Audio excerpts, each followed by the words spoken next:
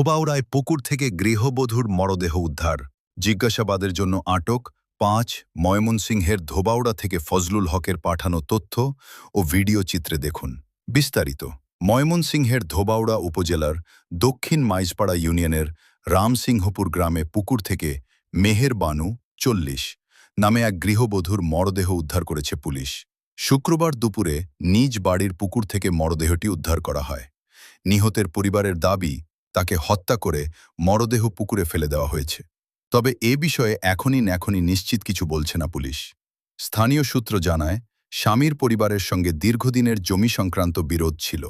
ঘটনার পর প্রাথমিক জিজ্ঞাসাবাদের জন্য নিহতের স্বামী এরশাদ আলী, শ্বশুর আকবর আলী সহ ৫ জনকে আটক করেছে ধোবাউড়া থানা পুলিশ।